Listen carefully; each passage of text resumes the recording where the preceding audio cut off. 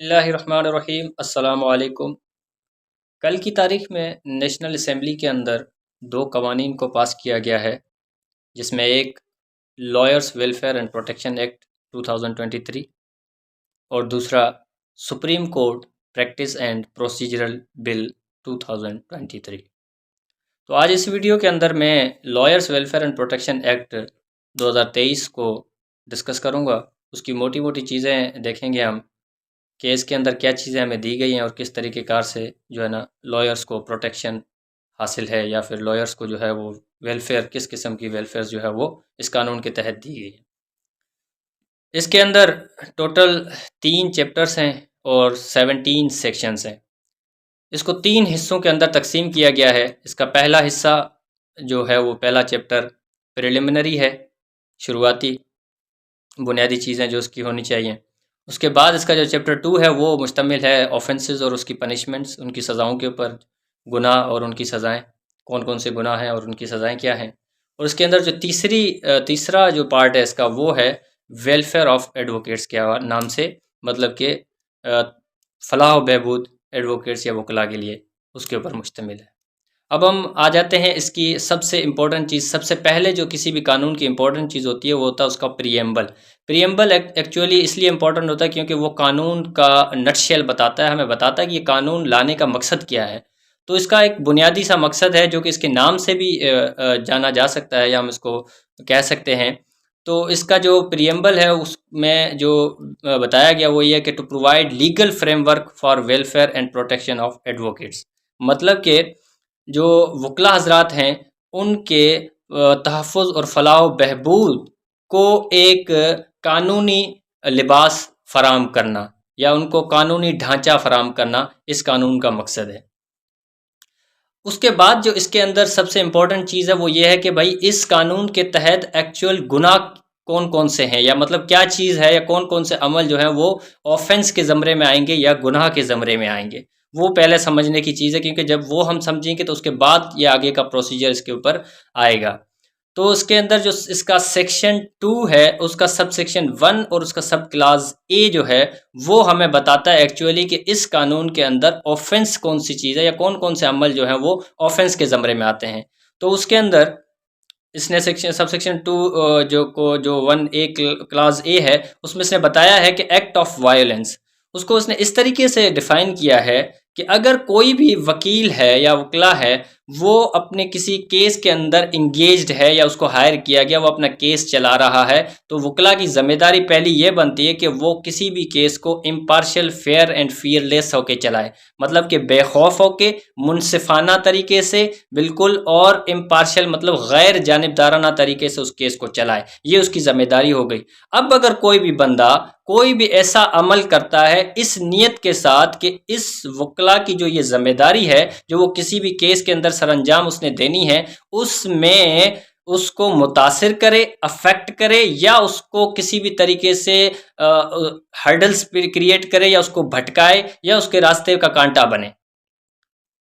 मतलब जो वकील की एक बुनियादी ज़िम्मेदारी बनती है, उस बुनियादी ज़िम्मेदारी के अंदर अगर कोई भी बंदा ऐसा अमल करे जिसमें उसकी ज़िम्मेदारी के अंदर वो उसके लिए कोई भी हर्डल्स क्रिएट करे, अफेक्ट्स, प्रेजुडाइज या डिरेल पैदा करे, तो फिर वो अमल किस में आ जाएगा? एक्ट ऑफ वायलेंस में आ जाएगा, और वो भी ऑफेंस है। इसके साथ साथ कुछ और चीज़ें भी उसने डिस्क्राइब की हैं कि ये सब अमल भी जो है वो ऑफेंस के ज़मरे में या एक्ट ऑफ वायलेंस के ज़मरे में आ जाती हैं। अब वो कौन कौन सी चीज़ें हैं? उसमें ये चीज़ें हैं कि अगर कोई भी बंदा हरासमेंट करता है,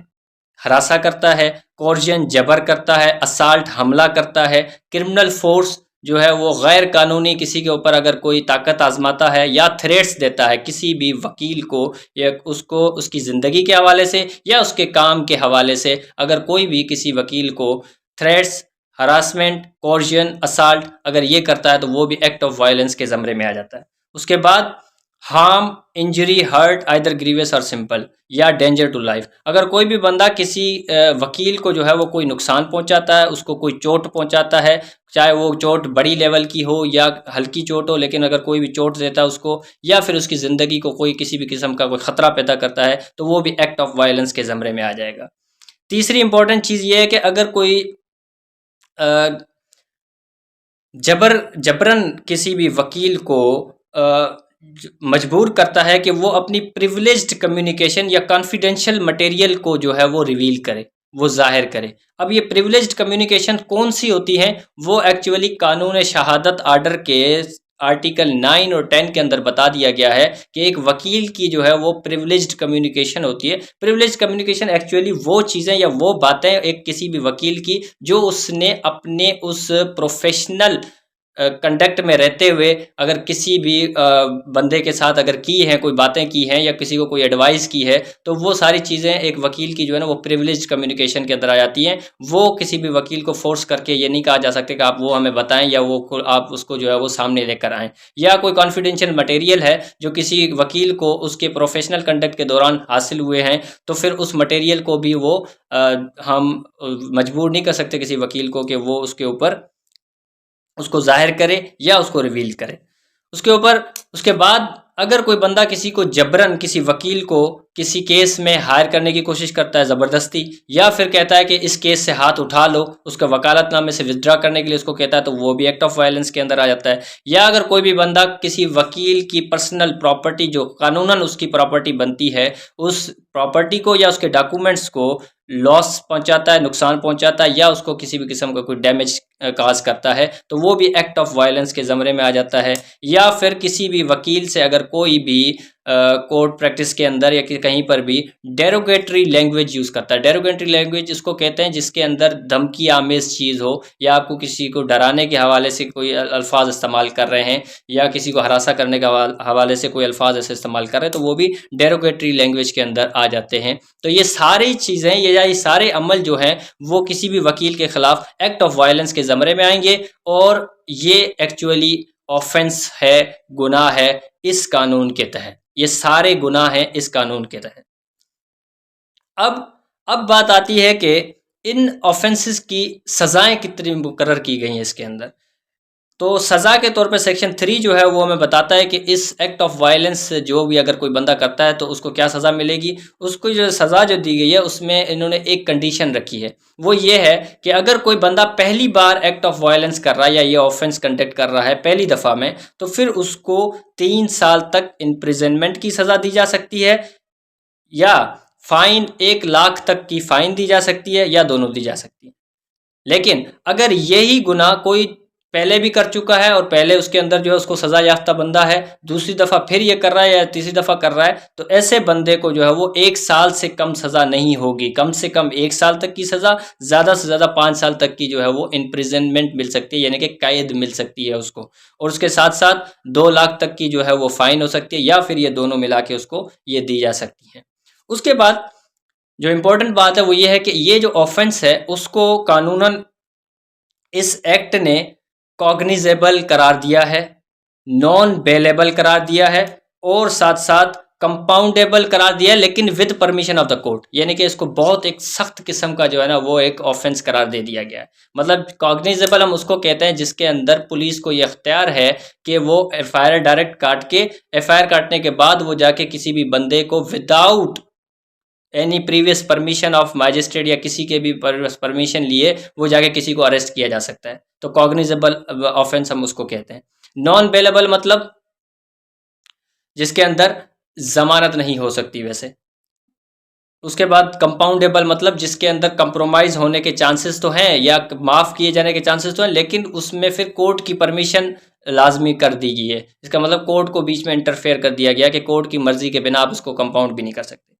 उसके बाद इसकी जो इंपॉर्टेंट चीज़ है वो इन्वेस्टिगेशन है। इसकी तहकीक या इसके अंदर जो इन्वेस्टिगेट वो कौन करेगा और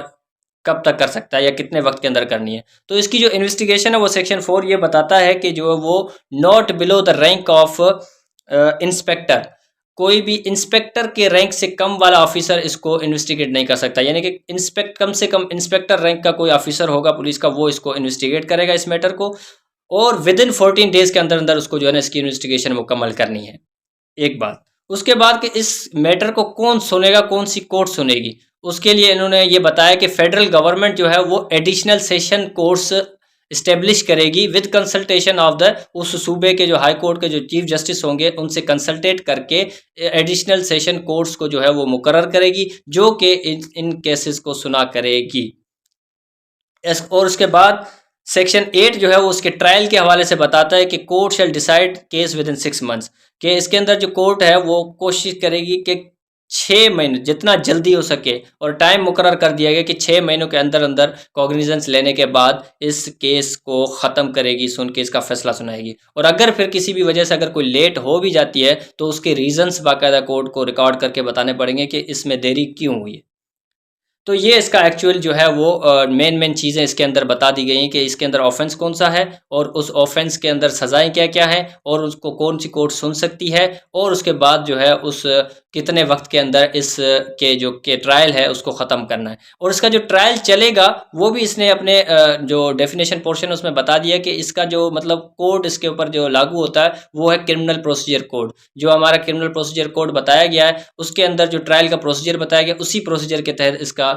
ट्रायल चलाया जाएगा। उसके बाद जो इसका थर्ड पार्ट है वो actually welfare of the advocates है। उसके अंदर इसमें 3 किस्म के बल्कि 4 किस्म की जो मेन वेलफेयर्स बता दी हैं उसमें मतलब ये बताएंगे, एक तो लीगल एडवाइज़र, दूसरा हेल्थ फैसिलिटीज़, फाइनेंशियल फैसिलिटीज़ और शोधा पैकेज। अब ये 4 किस्म की फैसिलिटीज़ वकला हजरात को दे दी गई हैं, जिसमें लीगल एडवाइजरी में ये है कि जो जितनी भी बड़ी बड़ी कंपनीज़ हैं या हमारे जितने भी ऑटोनोमस बॉडीज़ हैं या कॉरपोरेशंस हो गई या कोई भी हमारे अथॉरिटीज़ बड़ी बड़ी हैं, वो कम से कम प्रैक्टिसिंग लॉयर किसी एक प्रैक्टिसिंग लॉयर को अपना लीगल एडवाइज़र बनाएंगी सबसे पहले। और फिर इन्होंने एक और पाबंदी वकील के ऊपर भी लगा दी है कि कोई भी एक वकील एक ही वक्त में 3 से ज़्यादा किसी भी कंपनीज़ का जो है या किसी भी अथॉरिटीज़ का या बॉडीज़ का लीगल एडवाइज़र नहीं बन सकता।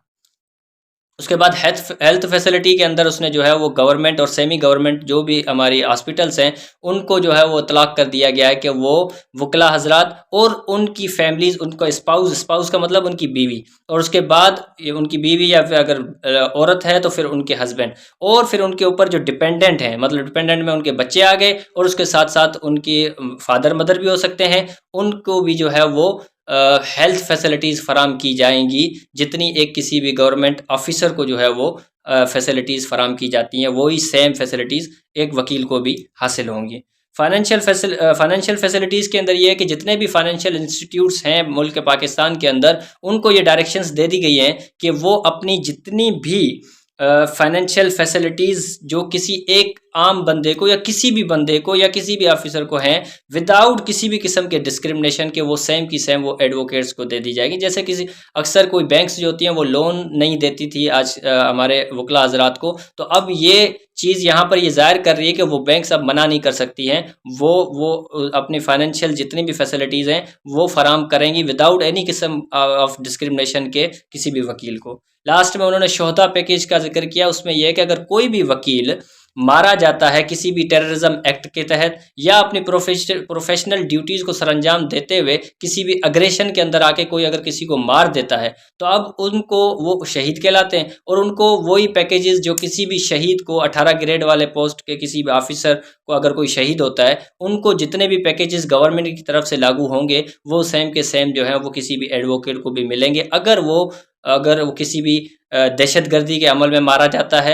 या फिर किसी अपनी ड्यूटीज़ को सरअंजाम देते हुए, अपनी प्रोफेशनल ड्यूटीज़ को सरअंजाम देते हुए कहीं पर अगर उसको मारा जाता है तो जो उसके पीछे वर्सा हैं उनको वो शोहदा पैकेज दिया जाएगा। तो एक्चुअली ये सारा निचोड़ है इस lawyers welfare and protection act 2023 का। Thank you.